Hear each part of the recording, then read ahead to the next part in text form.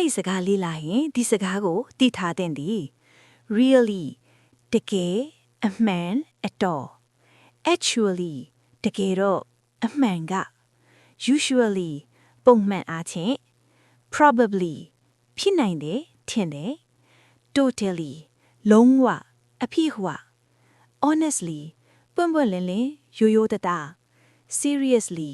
လေးလေးနက်နက်တကယ်ကို clearly ရှင်းရှင်းလင်းလင်း quickly မြန်မြန် slowly ဖြည်းဖြည်း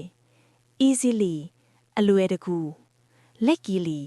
ကံကောင်းတာဒါ sadly ဝမ်းနည်းစရာ finally နောက်ဆုံးမှာ lately မကြခင်ကခေတ်ပေါ် especially အထူးသဖြင့် exactly တိကျစွာအတိအကျ naturally တဘာဝအတိုင်း definitely တေချာတာပေါ့ normally တာမန်အားဖြင့် suddenly ရုတ်တရက် personally ကိုယ်တိုင်အနေနဲ့ carefully ဂရုတစိုက်စွာ comfortably ဇိမ်ချချတတ်တွန်တတ်တာ perfectly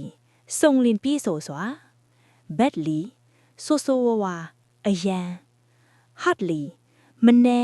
ခဲခဲရင်ရင် friendly ခင်မင် for ရွေစွာ honestly speaking ပွင့်ပွင့်လင်းလင်းပြောရရင် basically အခြေခံအားဖြင့်